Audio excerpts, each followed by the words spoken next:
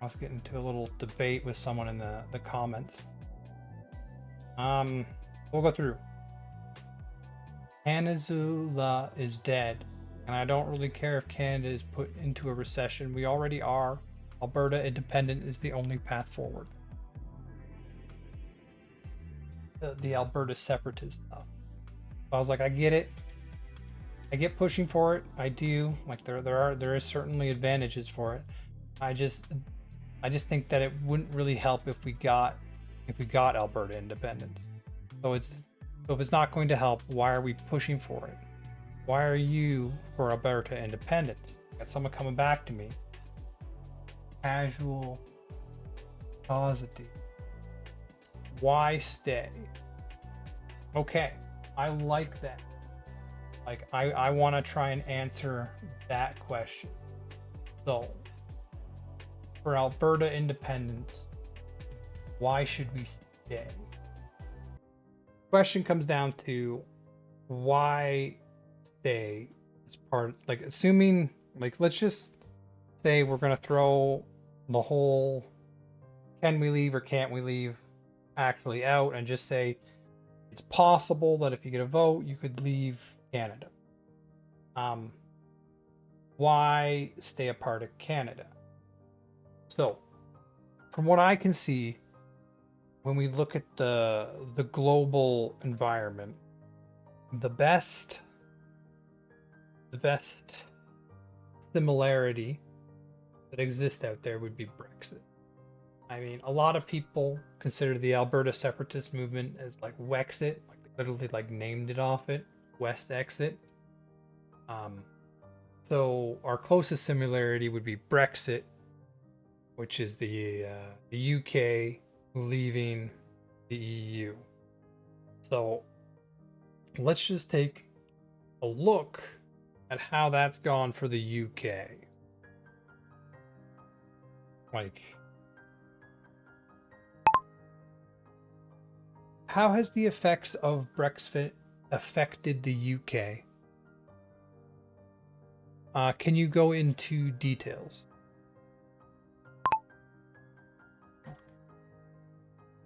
I think that's how it's spelled. UK, can you go into details? What do we want to look at? Like GDP, public sentiment,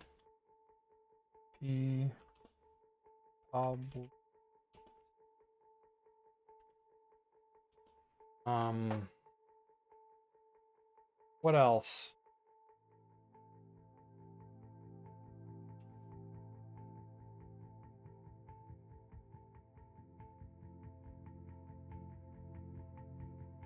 I think that'll get a good enough idea.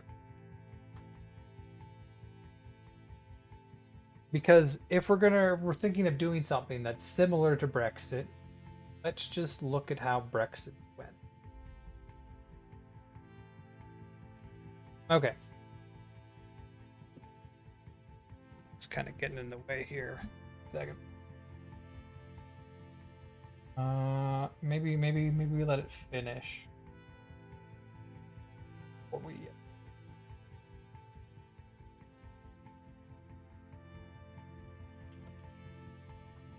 Let's see if there's any new news. Oh, fan of why Brexit was the biggest mistake in UK history. That seems like it would be a good thing to watch. The Brexit reversal is happening right now. I mean, considering... If I get that chart back.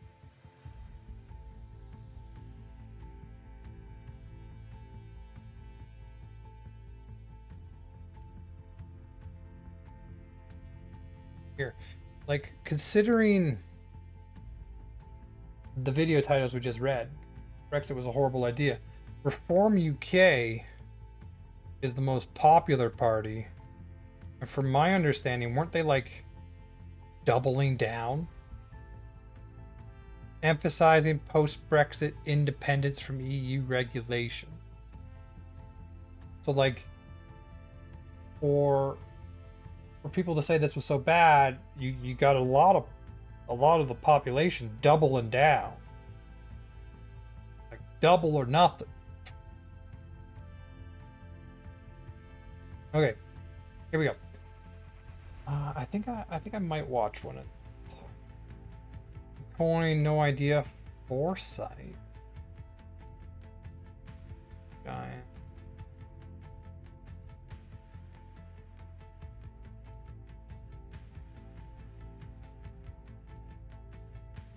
I'd like it to search through like the channels that I have subbed to and put their content at the top. Because I guarantee you some of my subs have talked about it. They don't get put near the top. I think we'll watch this one after we do a little research onto it on our own. Okay. Here's a detailed breakdown of Brexit's effect on the UK across multiple dimensions. GDP and economic output. The economic damage has been significant and has grown worse over time.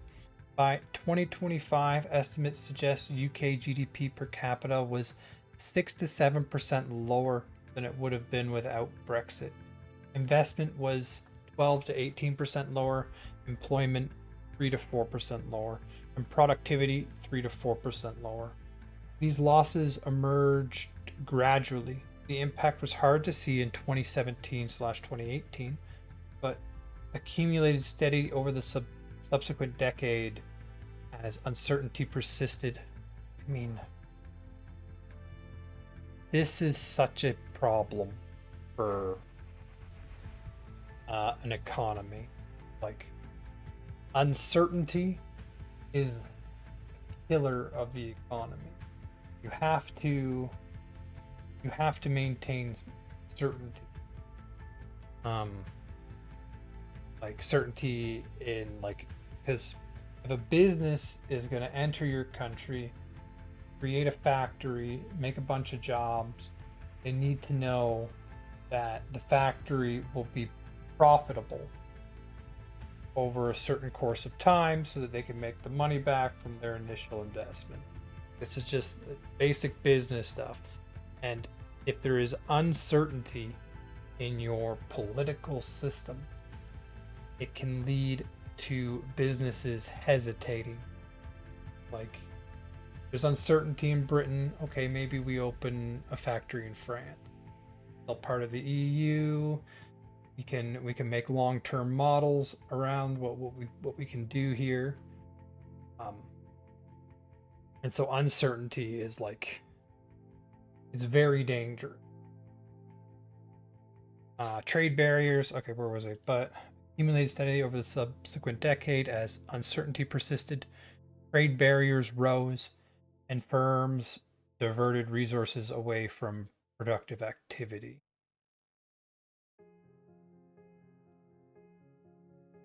Based on the 25-26 Bloomberg economic research, Brexit has caused significant, persistent, and worsening drag on the UK economy, costing an estimated £100 billion to over £200 billion annually. Economists actually underestimated the long-term damage. The consensus pre-referendum forecast of a 4% long-run GDP loss turned out to be close to the actual loss after 5 years, but too optimistic about the longer run. The Office for Budget Responsibility also weighed in. Their March 2025 forecast assumed the post-Brexit trading relationship will reduce long-run productivity by 4% relative to remaining in the EU, largely reflecting their views that the increase in non-tariff barriers on UK/EU trade acts as an additional implement to the exploration of comparative advantage. So,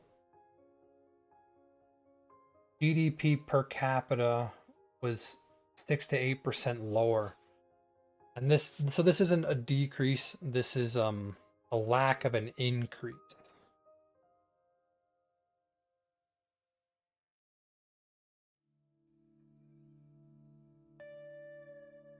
in their GDP. Investment was 12 to 18% lower. A lot of that is uncertainty, right? Employment 3 to 4% lower. Like these are all bad numbers that all stack up.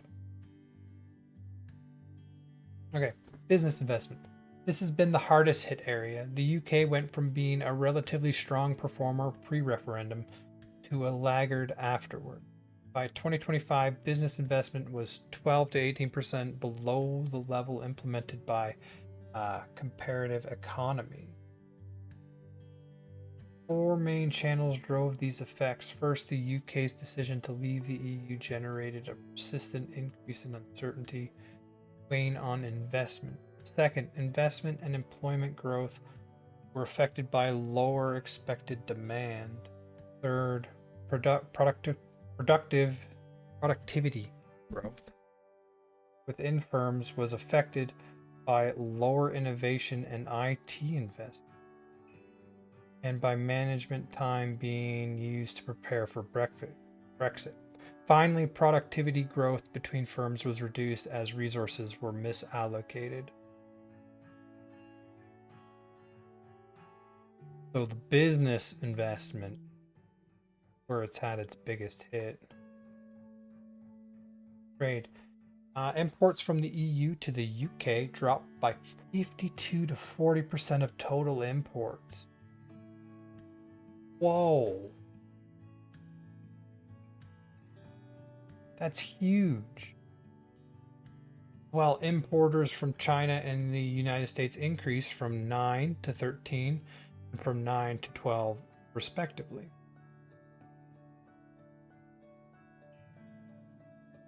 Does that make up the amount of imports they lost? It certainly doesn't look like it. The bare bones trade deal with the UK leaves the bloc's single market and customs union.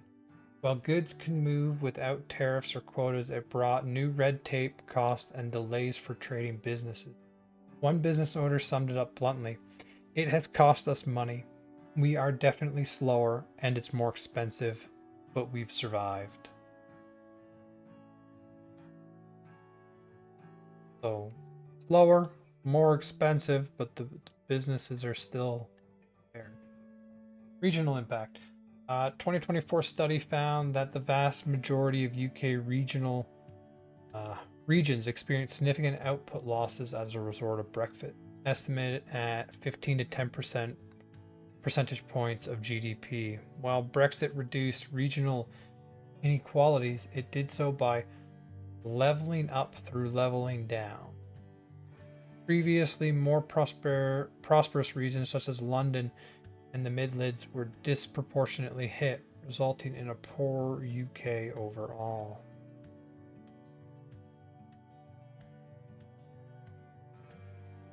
Okay, so more prosperous regions such as London and the Midlands disproportionately hit. Okay. Immigration, the paradox. One of Brexit's biggest ironies, a desire to reduce immigration, was a major reason many people voted to leave the EU. Yet, immigration to the UK today is far higher than before Brexit because the number of visas granted for workers from around the world has soared. The end of free movement has restricted EU labor supply. Net immigration from the EU, which peaked at over 200,000 a year at the time of the referendum, is now negative. The main impact has mostly been higher prices and reduced output in affected sectors rather than sharply higher wages. So people wanted immigration controls. They voted for Brexit to to gain control over their own immigration, and yet when they went through Brexit, the number of visas granted for workers from around the world has soared. So they ended up with higher immigration, and the immigrants were no longer coming from the EU. I mean, you leave the union, that happens.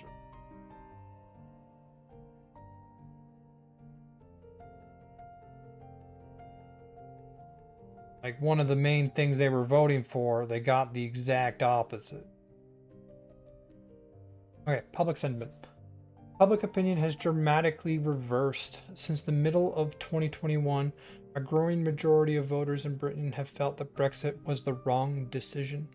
As of May 2024, around 55% thought it was wrong to leave the EU, compared with just 43% in April 2021. I mean, like, look at the change over time. They left. 3 years later, it's gained 12 points that it was wrong to leave. The share who think it was the right decision has fallen from 46 to 31 in the same period. Like, if we're using this as essentially predict the future of what would happen with Alberta leaving Canada, then you could expect drops like this as well. Like, there's it is likely to play out in a similar way, right? This is like the closest working example we have, and you already see a lot of people that thought it was a good decision moving to think it wasn't a good decision.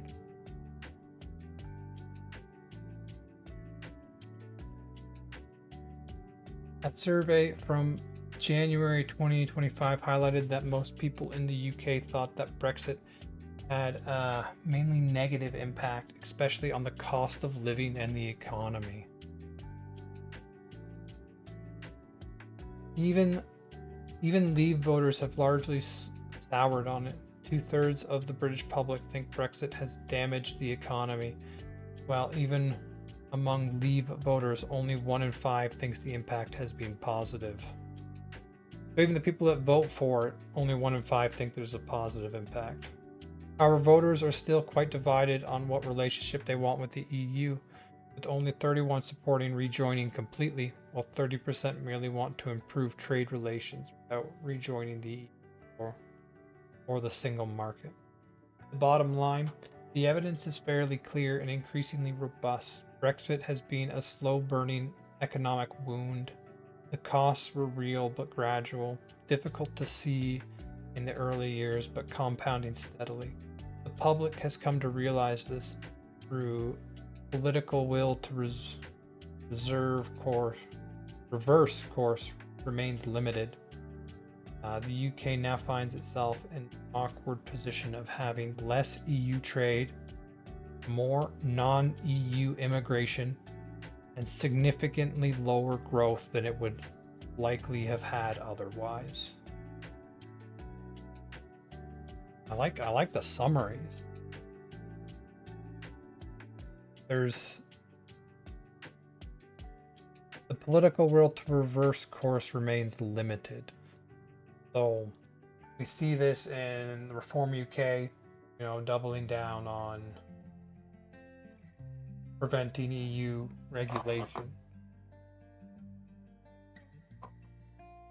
But like the summary here, the UK now finds itself in the awkward position of having less EU trade, more non-EU immigration, and significantly lower growth than it would have likely had otherwise. Like,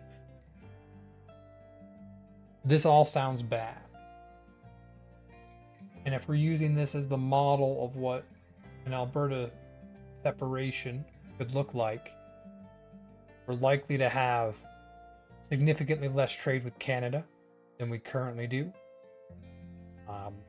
We'd probably have more immigration from non-Canada, and you'd probably see a large outflow of Canadians that still wish to be a part of Canada leaving Alberta. And then we'd have significantly lower growth. Like, these are all bad. So like, why stay? I don't want any of these problems. Basically what it comes down to. I don't think the Albertan government is significantly more competent than the UK government. We might not have the problems in the same way, but I expect we would have problems just like this. And the significantly lower growth is probably one that would be consistent.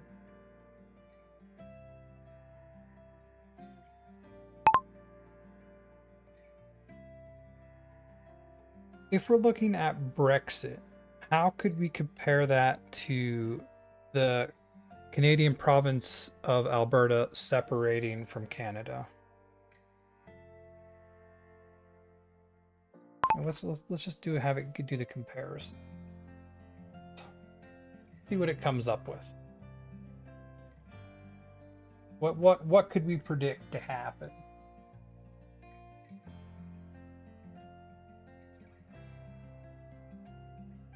All right, we're gonna let it run. I don't know, like I'm really skeptical of just watching random videos now after the last one blocked.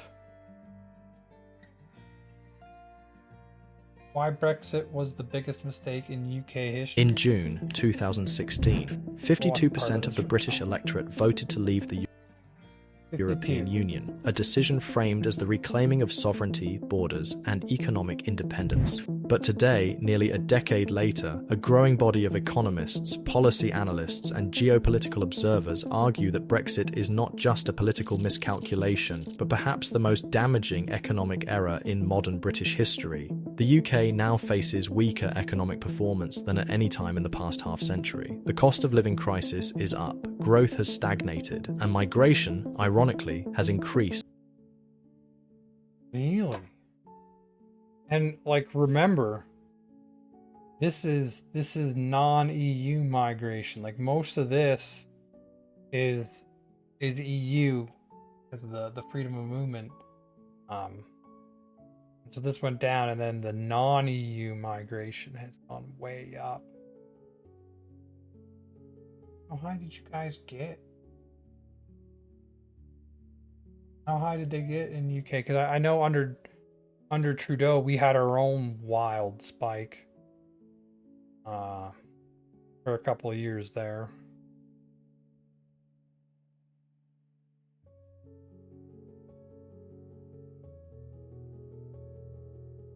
I like that graph. Rather than fallen. More than £100 billion in annual GDP is estimated to have been lost relative to staying in the EU. The promised economic renaissance has failed to materialise, while the UK's voice on the global stage has diminished by measurable degrees. But what exactly makes Britain regret leaving the European Union?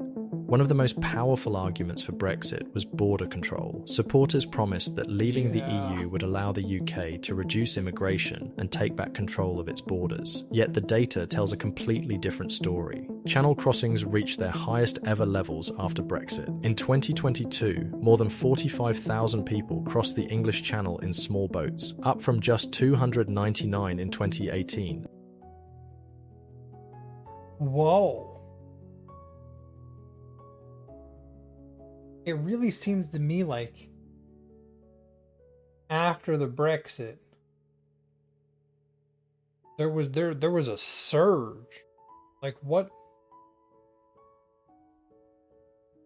You look at the US and the surge of illegal immigration can largely go back to Biden. Biden, and he had like open border policy. And that's what caused a lot of people to commit to come. What triggered the commit to come was like Brexit was supposed to be a movement to control immigration. Why did it get out of control after? Right? Oh, I want to do that comparison. Yeah, that's good. If Brexit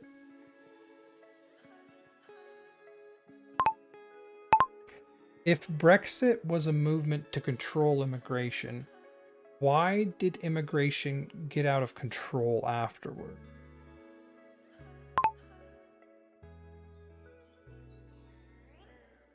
Then we can make a comparison between the two. A staggering increase of more than 15,000%. That's crazy. Even after temporary decreases, annual arrivals remain well above pre-Brexit norms. In the first 11 months of 2025, more than 39,292 people crossed the English Channel in small boats from France, an increase of approximately Why are they coming from France? Dude.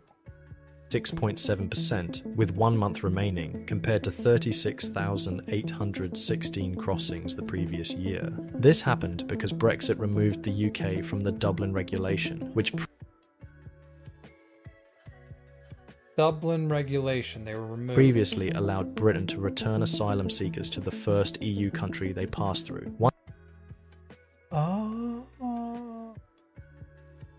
So they were part of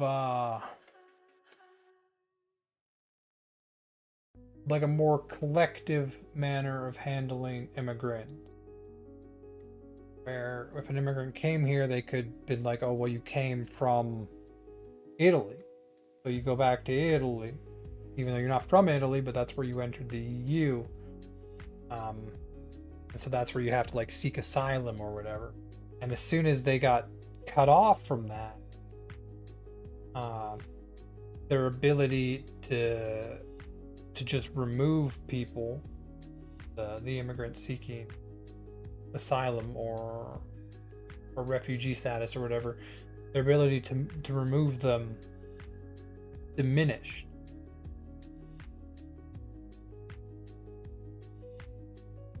Right? This is one of the great ironies of modern political history. The short answer: Brexit did do what it promised on EU immigration. Yes, you stopped all the EU immigrants. It just opened a much bigger door somewhere else. Here's what actually happened. Brexit delivered on its core promise, sort of. Leave voters wanted to end free movement from the EU, and technically it worked. By 2024, the number of EU origin workers in the UK had returned roughly to its 2016 level. In a counterfactual UK, where Brexit didn't happen, it would have risen by about 30%.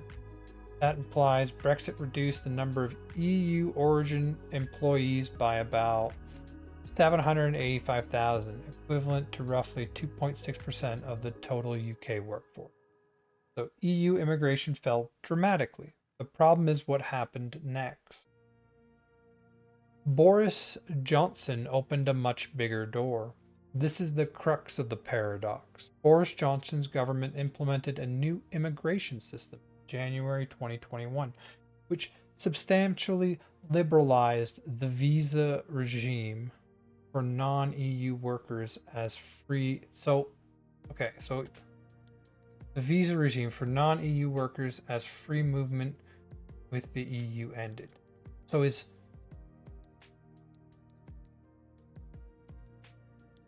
Boris Johnson changed the immigration system to make it easier.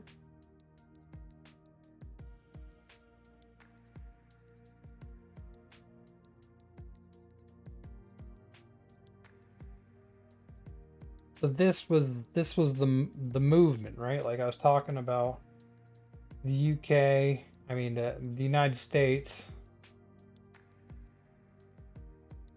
Joe Biden was the open borders guy, and his push caused the issue of the illegal immigration.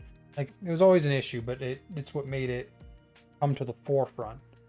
And so Boris Johnson was the person who did this in the UK. Opened a much bigger door. Most analysts forecast that Brexit would lead to a moderate reduction in overall immigration, with the fall from ending free movement being partially but not wholly offset by the rise in non-EU migration. In fact, immigration rose sharply, with net migration rising to record levels. And the annual cap on skilled workers visa was suspended as part of the new points-based system. The result was a massive surge in non-EU immigration, which has since dominated immigration to the UK. By the year ending June 2025, non-EU nationals accounted for 75% of total immigration, with 670,000 out of 898,000 total immigrants for non-EU.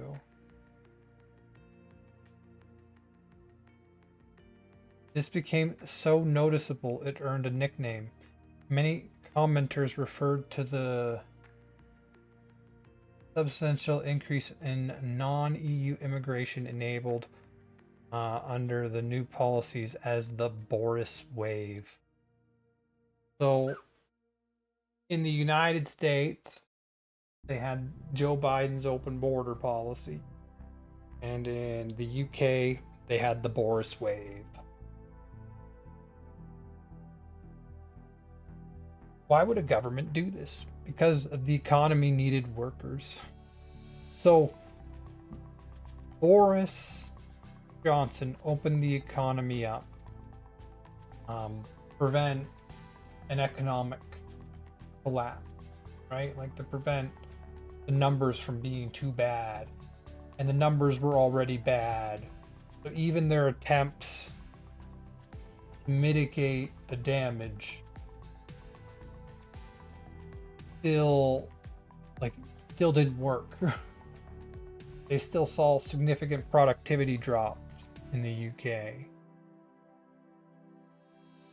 Because the economy needed workers, the UK was facing serious labor shortages in healthcare, agricultural, hospitality, and other sectors, many of which had been filled by EU workers. The sharp rise in the number of migrants can be attributed to the liberalization of migration laws, making it easier for non-EU migrants to work in the UK.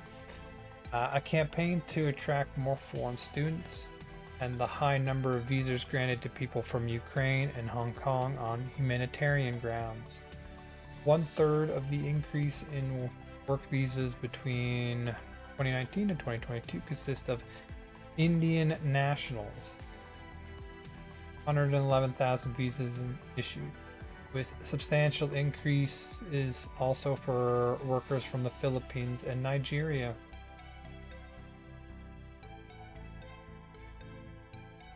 So the UK Brexited. It changed a lot of the laws between the EU and Great Britain, and so you didn't have migration between EU and Great Britain anymore.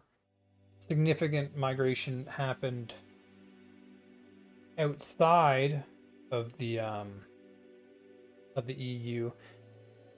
The economic troubles because of the separation caused the current government inside UK, Boris Johnson, to begin issuing visas to bring more workers in to try and fix the economic issues in the country that were caused by Brexit. That was called the Boris wave. And they ended up with more migrants than they would have had if they had just stayed in the save the economy, which still took significant damage. Okay, the stay put effect. Brexit also had a adverse effect on EU migrants already in the UK. Brexit motivated many Eastern Europeans not so much to go back home as to stay put because it had become more difficult to temporarily move back to their own country. We saw this when the US essentially made it very difficult for Mexican workers to cross the border and work. They were trying to like remove the Mexican workers from their country, but what they did was the Mexicans just stayed in the US. They just stayed. And so you had a bunch of people that like they're not UK citizens, but now that UK is Brexited, they didn't leave. They just stayed. They're just kind of stuck there now. Unintentionally stimulating permanent settlement. Before Brexit, EU workers could freely come and go. Once free movement ended, many decided it wasn't worth the risk of leaving since re-entry would no longer be guaranteed. The numbers tell the story. Well, net migration in the UK was 248,000 in 2016. At the time of the referendum, it was provisionally estimated to be 431,000 in 2024 and had peaked at roughly 860,000 in 2023. That might have been as bad as Trudeau.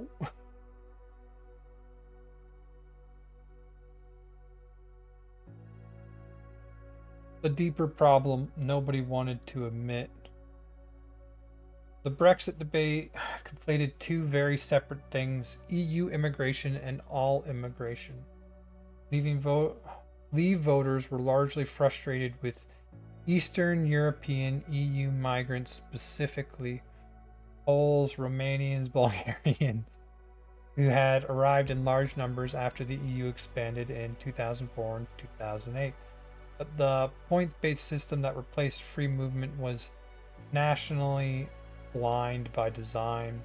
It treated a Nigerian nurse and a French engineer the same, which sounds fair in principle, but meant the UK lost the relatively frictionless geographical close labor supply from Europe and replaced it with a much larger global one.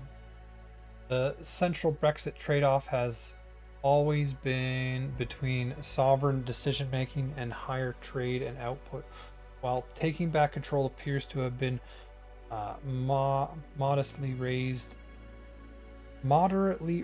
employment in Britain so far. Free movement with the EU have brought bigger economic benefit. Free movement with the EU would have brought bigger economic benefit. In short, Brexit gave the UK control over immigration in a legal and political sense, but the government then used that control to increase immigration from the rest of the world, partly by necessity, partly by political choice. The people who voted leave to see fewer immigrants got a very different outcome than they expected. I mean, like, if you're looking at the Canadian Alberta Separatist movement, this is a good summary. The people who voted leave, to see fewer immigrants, got a very different outcome than they expected. Like, if this is what we're basing the closest global example we could see to Alberta leaving Canada, none of it looks good. This is not a model I would like to copy. I would say this is a failure. And if we get to choose between copying the failure and not copying, I'd rather not copy the failure. Okay, so let's go through this.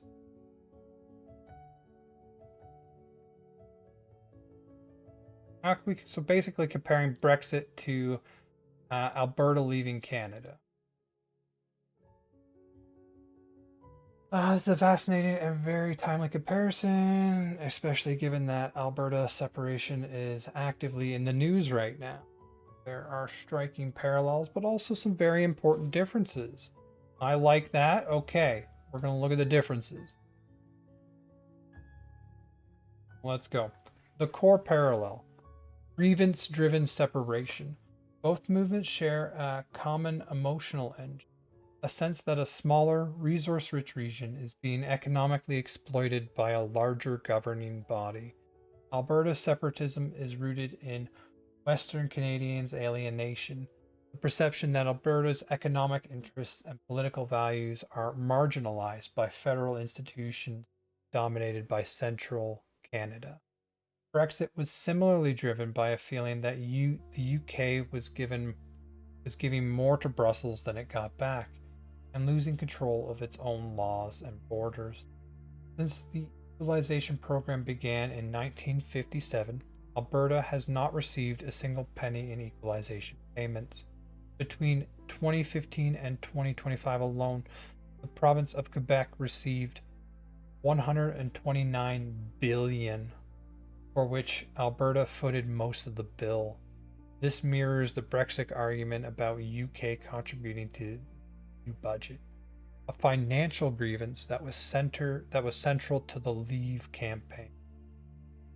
Like, there certainly is an economic problem there. Like, when we talk about equalization, like there is an issue with it. If you you want to encourage mobility of labor to where resources are, where jobs are, to where the economy is being developed, right? And I feel equalization goes too far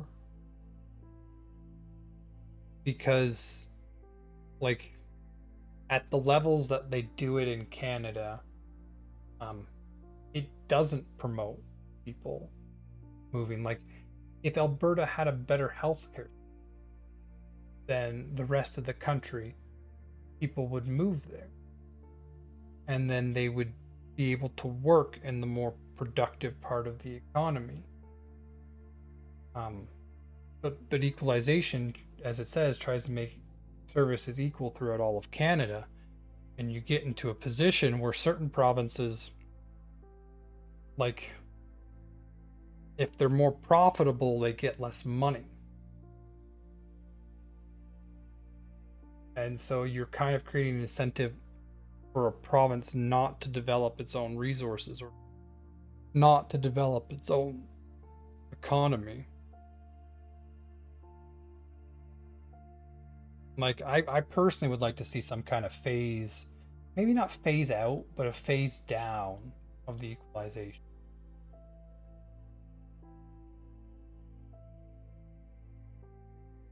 Okay, key similarities. The we pay in, others benefit argument.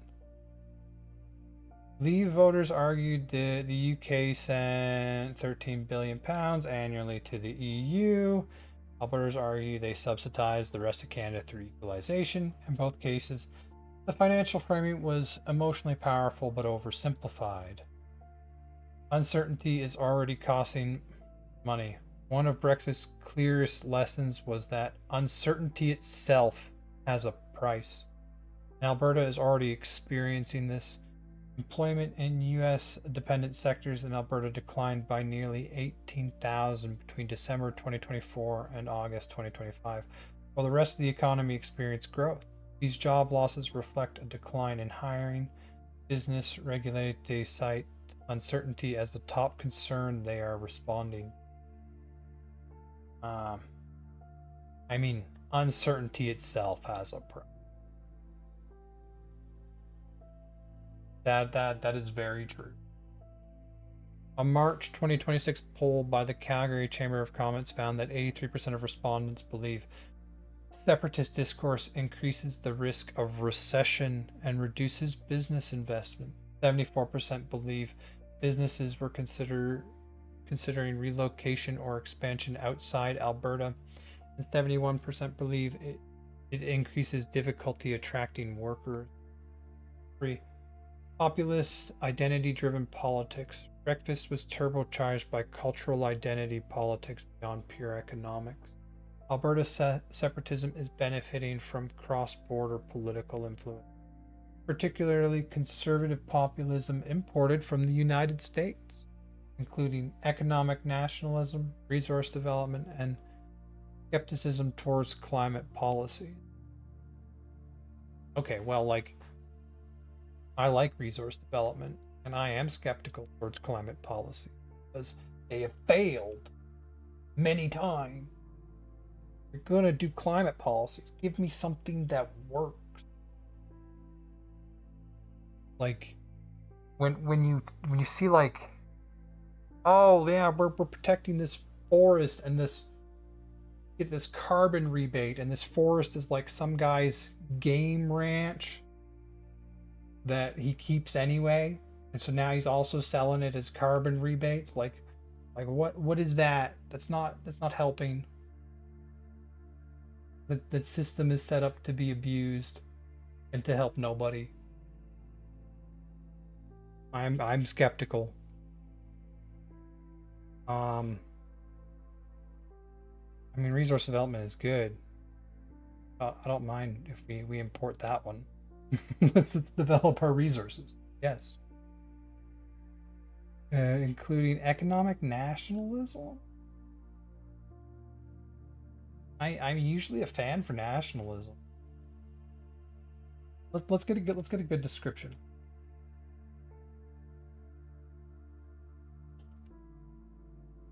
Stop. Fine. Okay. Nationalism is an ideology, movement, or feeling of intense loyalty and devotion to a specific nation or nation state, prioritizing its culture, interests, and sovereignty above others. Like, I am a supporter of that. Like, nationalism built our world. Okay? I don't think going against that is a winning strategy. Like, I enjoy all the things that we've imported from the United States. Like, it's a good, so far it's like, take the good things, leave the bad thing. That's how you develop the nation. Take the good ideas from other countries, and we leave the bad ideas. Like the Trump coin, we'll let them keep that. But like nationalism, resource development, and skepticism towards climate policies. I like all those. But I don't see how any of that leads us to separation. Either. Key differences. Where Alberta's situation is much more complex. A province, not a country. This is the most fundamental difference. The UK, like, I kind of put this aside in the beginning and just was like, okay, let's say we could separate with a referendum. This is it coming back, because you can't separate with a referendum. The UK was a fully sovereign nation with its own military, currency, legal system, and diplomatic relationships. Alberta is a province with no currency, no army, no international standing, and no trade agreements. All would be very big problems. Alberta would need to assume part of the government Canada's debt. Its portion would be 75 to 100 billion. It would need to develop or adopt national currency, negotiate international trade deals from scratch, and would be in a weak position to do so. Like, I don't think Alberta could survive as an independent nation. Um, like, we don't even have access to an ocean, right? Um, you almost have to be a part of Canada or the US. And if you leave Canada, you would be in a very weak negotiating position with the US. And if you think Trump's not going to take advantage of that, you don't know Trump. He will absolutely take advantage of that. Landlocked, yeah, right here. A massive trade problem. The UK is an island. Oil dependency makes it even riskier. We've seen, like, as Albertans, we've always been a net payer of equalization payments. That doesn't mean that's how it always will be. Like, maybe nuclear takes off and uranium becomes an incredibly important resource. Our country's rich in uranium. I don't know where that is. I don't know what province would make the big income from it, but probably not Alberta. And you could then end up a net receiver of equalization payment.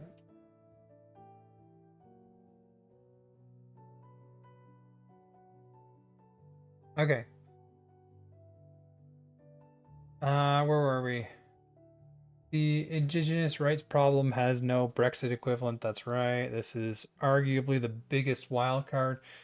Treaty laws expect Bruce McIvern said Albert would face major pushback from First Nations, arguing they would never give up their land and that separation would violate their treaties with the federal government. Federal transfers would disappear. Major Canadian federal transfers to Alberta. Okay, the legal path is murky at best. Basically, it's almost impossible to do, and there's a lot of problems it would make. Um, yeah, public sentiment. Recent polls suggest separatist sentiment is prevalent in approximately 28% of Albertans. But of those, only 55% are committed. Yeah. Because we looked at that before, saying, like, yeah, separatist sentiments there in about 28% of Albertans. But a large percent of them were, I want change rather than I want to separate. And I can sympathize certainly with that percentage of the group.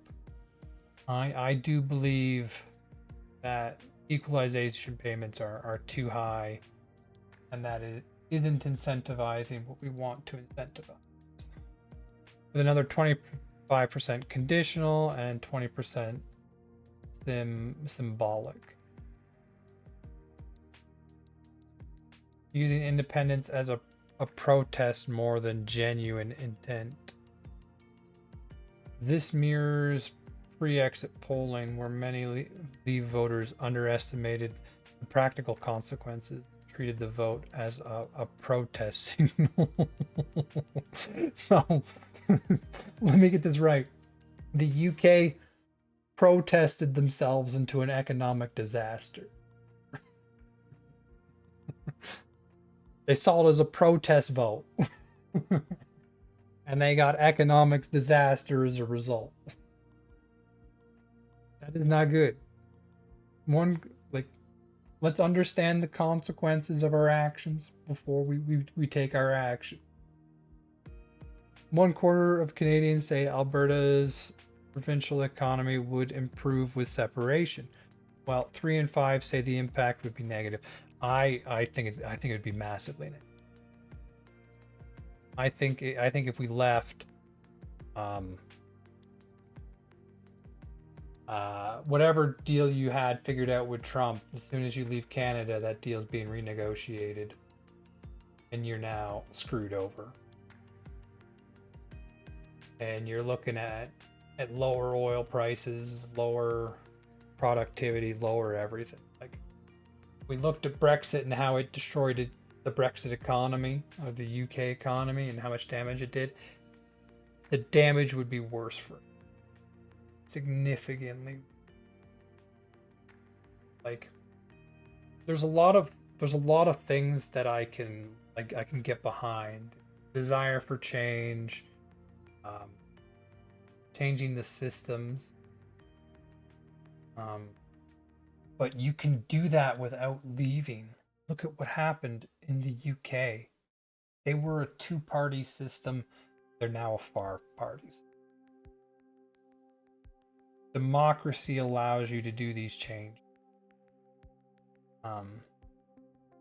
We just need a couple new parties in Canada, or for some of the current parties to get things right. And I think we are seeing this. Both the liberals and the conservatives have become, well, I mean, the conservatives were always more the whole net zero push. They've kind of pulled back from, and they're far more open to developing energy infrastructure. And that's the liberals are becoming far more open to that, and you see them reducing immigration targets as well, because that was what was popular. This says it: anti-woke, anti-immigration, anti-net zero. We see the liberals moving away from that one. We see slight movement away from that one. Anti-woke, woke, covers to talk about. But I think they are moving away from that one too. Both parties are. So I'm not sure if we'll see a fracturing like we see here. But